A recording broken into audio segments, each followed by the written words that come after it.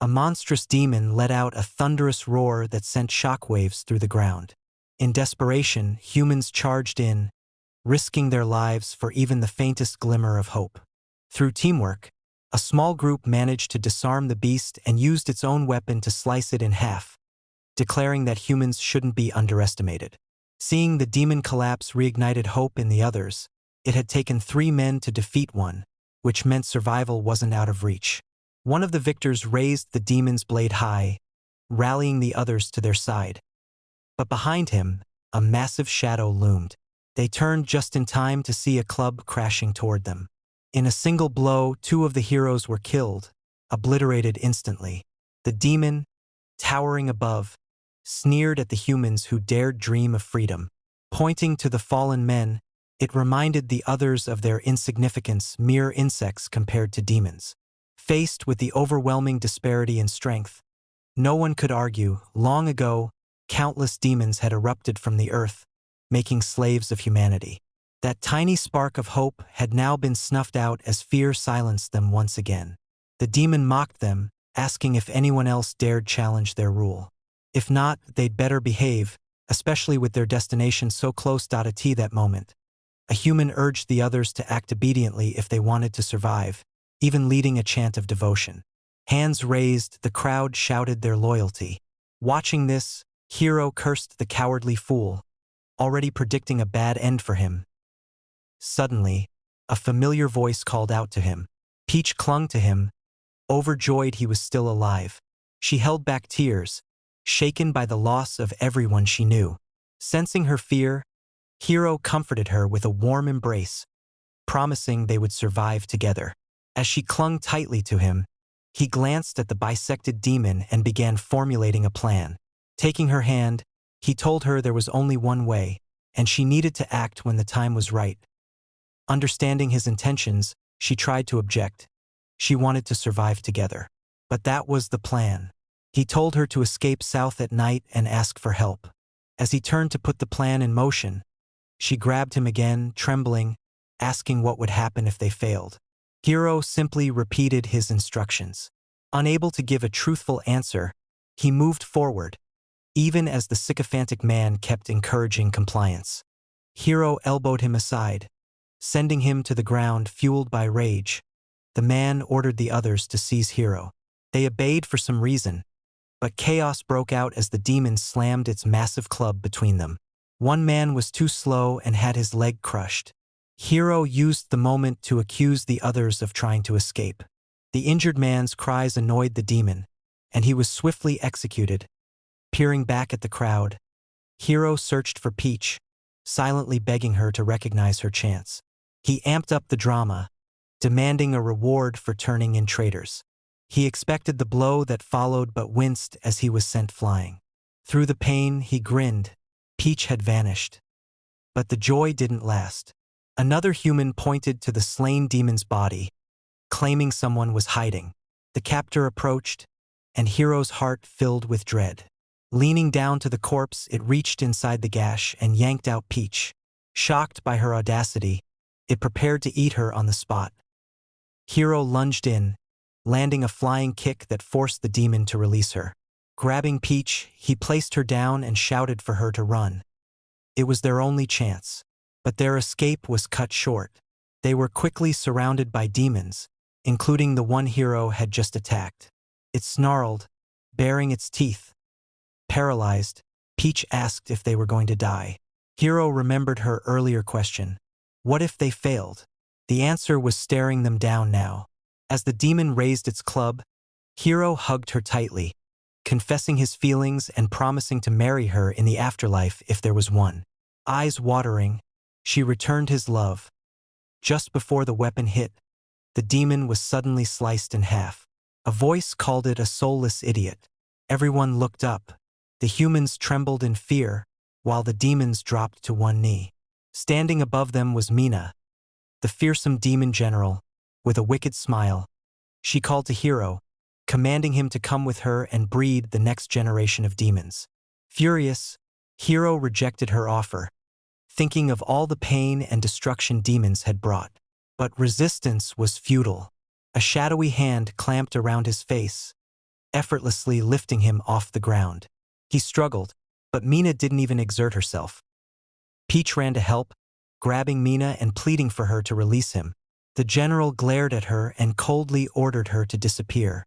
Terrified, Peach screamed and stumbled away. Mina tossed Hero aside and told her underlings to separate them. Hero was to be saved for her. Peach was dragged off, screaming. As he too was restrained, Hero promised they'd find a way back to each other. The surrounding humans stood frozen in horror until a harsh voice ordered them to keep moving. Mina sneered in disgust at the pathetic sight. These humans were destined for slavery under the demons of heaven. Upon entering a massive skull-shaped cavern, they were led into a vast underground space filled with demons and prisoners. The captives were immediately sorted into different lines. One human, told to go through the center path, hesitated. Terrified, he demanded to know the difference between the paths. Annoyed, the demon tried to silence him with a swing of its club, but the man caught it midair and broke it with one hand. Everyone froze. Raising his hands, the man begged to be spared. He'd work for them if they didn't eat him. The other prisoners panicked at the thought of becoming food. Suddenly, a commanding female voice silenced the chaos. It was Lee, the demon slaver. She assured the man the middle line wasn't for consumption. Meeting her gaze, he was instantly spellbound and willingly obeyed, even urging others to do the same. Watching this unfold, Hero began to question. If the center path wasn't for food, what about the others? To the left were a few scattered individuals. To the right, only the old and the sick. He saw Peach being pushed toward the right. Realizing her fate, he called out and asked to be assigned to her line. His request was refused. He was shoved back in place. Lee intervened, asking what was going on. When told that Mina had already claimed Hero, she stated that only high-ranking demons like herself had the right to choose. So, she would be taking him. Before the demon could argue, Lee struck, and his head was severed in an instant. She turned to Hero, sweetly instructing him to follow her as a whip cracked nearby. Striking a fallen man, Hero leapt in and pulled him to safety. The demon snarled at him, ready to retaliate, but Lee stopped him. She said she needed leverage to negotiate with Mina, and the boy was now part of her bargaining chips. Hero asked the young boy if he was okay. The child only sobbed. All around, Hero saw misery and chains. Lee addressed the group, ordering them to build 1,000 new structures or die trying. The humans stood in stunned silence, slowly realizing the truth. They were doomed to suffer an impossible task in a living nightmare. Some individuals surrender to despair and request death, and the slavers are more than willing to grant that wish. The protagonist is separated from the group, being told he isn't meant for the same labor as the others. As they move through a hive-like cave, filled with the echoes of relentless toil, he asks what purpose he's being brought there for. Receiving no response, he takes a chance and inquires about those who go through the passage on the right. Sensing he's pushing boundaries, Lee grows irritated with his questioning. She raises her sharp stinger and warns him that he's merely a bargaining tool. If he speaks again, she won't hesitate to kill him. Quietly observing his surroundings, he comes to the grim conclusion: those not eaten are condemned to slavery. Regardless of where they end up, survival seems impossible for long. He realizes he must rescue Peach as soon as he can. The place they're in isn't a completed lair, but rather one under construction, projected to have 1,000 more demon residences. Though he doesn't know the reason for their haste, the demand presents a chance for him. Ignoring the earlier threat, he shouts out, prompting Lee to aim her stinger at him. It halts just as he mentions completing their goal of 1,000 houses in a week. Intrigued, Lee gives him 1 minute to convince her. Though the stinger remains near his neck, he explains how fear, induced by demonic brutality and the threat of death, leads to irregular heartbeats, weakness, and physiological breakdowns, making efficient labor impossible. Lee counters that she's merely using fear to speed up progress, admitting the goal is likely unachievable. He argues that real efficiency stems from motivation, and replacing threats with incentives is key. When he hints at rewarding humans with freedom, she brings her stinger even closer to his throat. Realizing that she might truly be willing to kill them all, he adjusts his tone. He clarifies that even if it's a lie, hope is powerful. People will work harder for even a sliver of it. Promising improved results over time, he pleads for 2 days to prove it. Lee pauses to consider his words, then calls out to someone named Swipe. A blur shoots past him, and another demon appears beside her instantly. Responding to her call, Swipe is instructed to update the protagonist on their current progress and help him implement the new policy as the work begins. Mina observes the scene from above, judging Lee for bothering to negotiate with humans when they're so easily replaced. As she's interrupted and told it's time to collect the slaves, she notes the strange timing. Meanwhile, the slaves line up quickly, following orders as usual. The protagonist's voice rings out across the chamber as he introduces himself. Surrounded by demons, he announces a new system, one that offers a path to freedom. The slaves react with stunned hope, hearing that escape is now possible. Realizing Lee may have agreed to the deal, they express their gratitude. He promises that abuse and mistreatment will no longer be tolerated. At the very least, he wants to prevent further suffering. But he knows that words alone aren't enough. A more practical system must be established. Just then, a familiar voice interrupts, warning the others not to trust him. It's a man from earlier, accusing him of getting his brother killed in exchange for saving his own lover. A demon threatens to eliminate the troublemaker, but the protagonist intervenes, reminding them of their agreement. Swipe confirms that Lee has approved the deal, ordering that the human's policy be followed, defusing the situation. The protagonist approaches the accuser, calling him a lapdog for accepting life under demon rule. The man laughs bitterly, saying he was just avoiding further violence. The protagonist challenges him to look inward and asks who the real lapdog is. Eyes blazing with fury, the man demands to know if he plans to get everyone killed like he did his brother. Swipe listens blankly as they speak of demons as though they aren't present. The words strike a nerve with the protagonist. Everything said is true. He did trade someone's life for Peach, and now he's handing out false hope. Overwhelmed with guilt, he breaks down in tears, apologizing and taking full responsibility. But tears won't bring the dead back. Guilt grips him, until Chisa steps forward, stating that the protagonist saved his life just that morning. Addressing the crowd, Chisa says they have no choice either way. Even if it's a fragile dream, the hope of freedom, or at least surviving the week, is worth following. The slaves are reinvigorated by the possibility of liberation. Turning to those he harmed, the protagonist sincerely apologizes, vowing to find a way to atone. The tension eases, and the men remain silent, letting it go. Swipe takes over, assigning everyone their tasks. With the work distributed, construction resumes. Chisa tells the protagonist he doesn't need to do his share, but he insists. Even before the demon invasion, he was always picked on for being weak, and Chisa was the first to help him. He's happy to return the favor as the two bond. A green demon approaches a slave, and the protagonist is once again thanked. Not just for the work, but for the sliver of hope he introduced. Suddenly, a scream echoes through the cave. A pickaxe lies on the ground, melting from contact with green acid. A human retreats in fear, pleading with the bubbling green demon. The protagonist intervenes, reminding everyone of their agreement. Swipe arrives and orders the demon lord to stand down. The green demon claims the slave struck him, but the human insists it was an accident. Regardless, Lee has forbidden harming humans and prioritized construction. Relieved, the slave returns to work, only to realize his tool is now useless. Curious, the protagonist examines the acid and proposes using it to accelerate construction. He asks Swipe to have the green demon produce more. The green demon protests, saying he'll die if forced to secrete more acid. But he has no choice. Exhausted and hollow, he begs for mercy, claiming he's completely drained. His fellow demons ignore the plea, lifting and squeezing him to extract more acid. Swipe urges them on, calling humans to collect their buckets of the substance. As the humans celebrate the demon's suffering, the protagonist smiles, knowing it will boost their speed. Based on the effort, he suspects this project is crucial to Lee. At their current rate, they may complete 200 houses in a week, potentially convincing her to honor her word.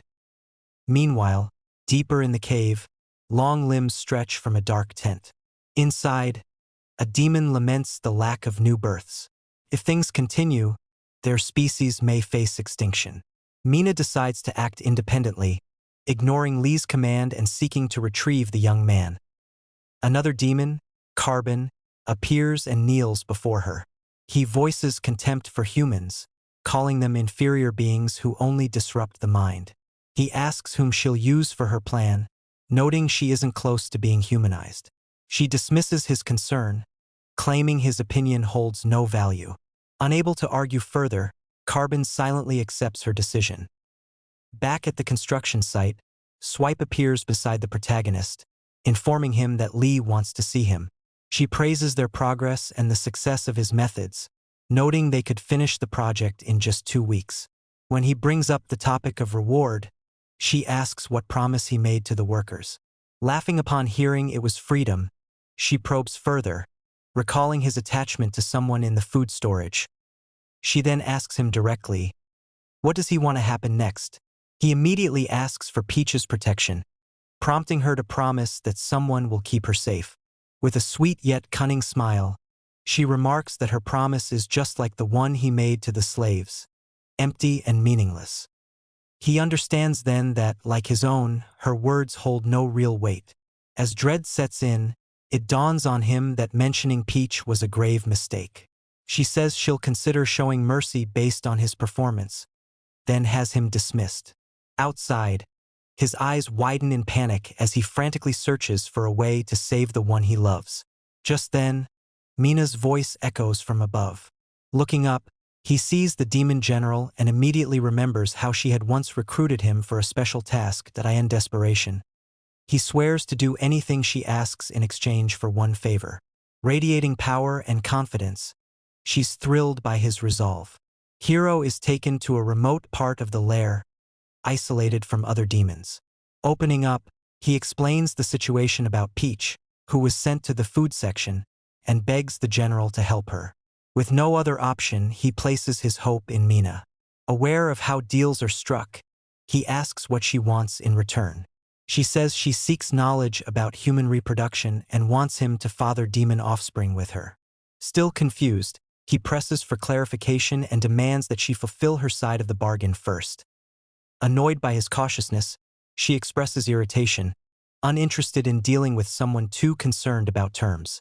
Though he still knows little about her, he is certain she poses a danger to humanity. To her puzzlement, he begins discussing the challenges of conceiving hybrid children. Lying, he claims that love is a crucial factor and suggests explaining further using Peach as an example. But Mina refuses any demonstrations involving others. She wants him to teach her directly.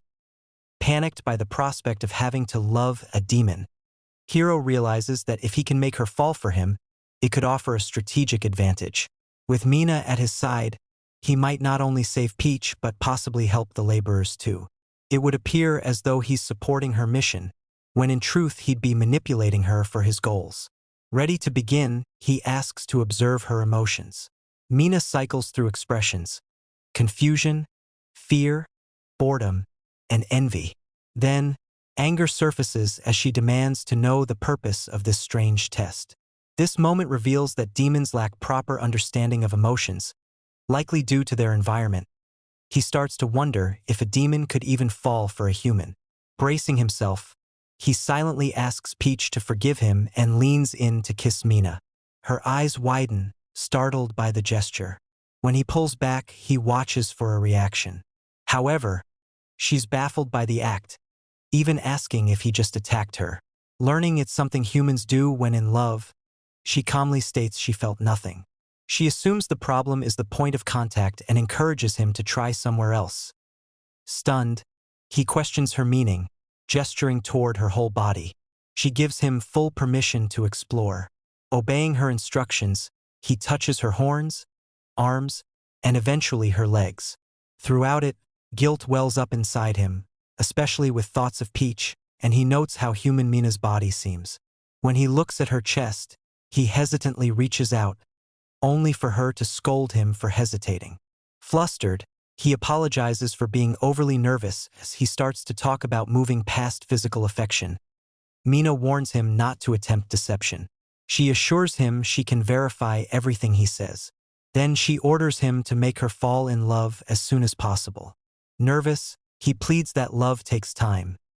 It's a slow, delicate process, especially between a human and a demon. Accepting this reasoning, she asks what comes next. He suggests starting with a gift. It's a common and important step when pursuing a romantic relationship. Though familiar with the concept of gifts, Mina doesn't grasp their significance. Hiro explains that gifts are meant to make each other happy. It's like a competition to bring joy. Hearing that, she perks up, boasting that she's never lost a contest. Excited, she spins around to get started, but Hiro calls after her, accidentally grabbing her tail. In her rush to find a gift, she zooms through the cave, dragging him behind her.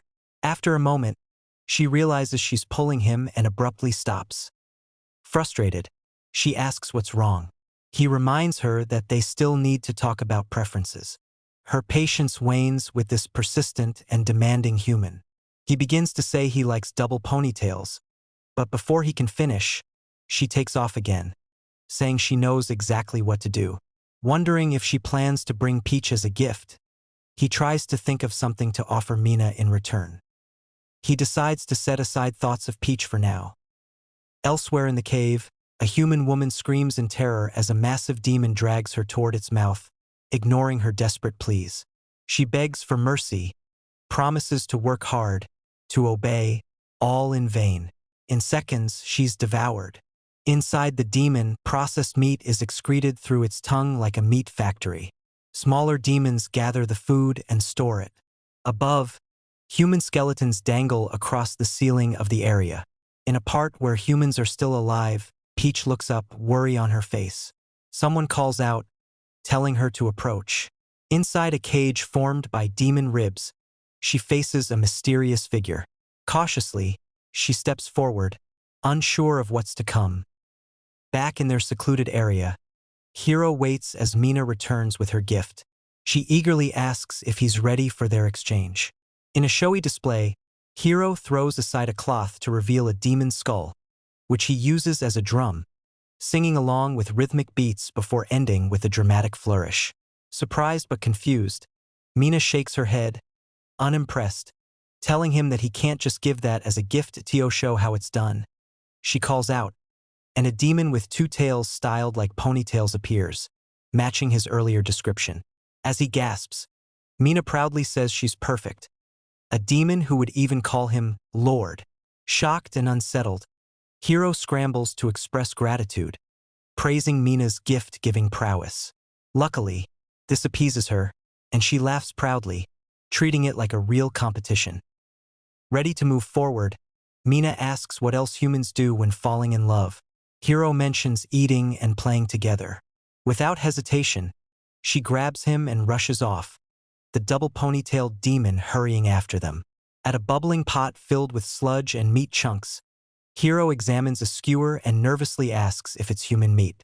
Mina assures him there's no need to worry, humans are just backup food, and no one eats them unless necessary.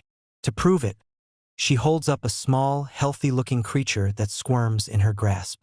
Disgusted, Hiro spits his food out.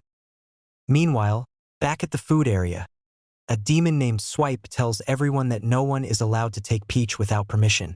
As a guard, he promises to treat them fairly and remember them. Hoping Peach is still alive when he returns, he vanishes, leaving her behind. The unknown visitor leaves Peach shaken. The uncertainty of what lies ahead is more terrifying than death. She starts to cry, calling out for Hiro. Back with Mina, Hiro, nauseated by the meal, collapses and gags, trying not to throw up. Noticing his reluctance to eat, Mina questions if that means he doesn't want to love her. Pressured, he picks up 2 skewers and begins eating forcefully, swallowing quickly to avoid tasting. Thrilled by the effort, she laughs and urges him to eat more. Clutching his stomach in agony, he begs to go to the bathroom. After thinking, Mina remarks that unlike demons, who store energy, humans eat and then expel it, which she claims is the source of their weakness. Unable to argue, Hiro just asks where the bathroom is. Since there are none, she simply tells him to find a spot and go. Seeing his demon following behind, he scolds her harshly for even thinking about being involved in such matters.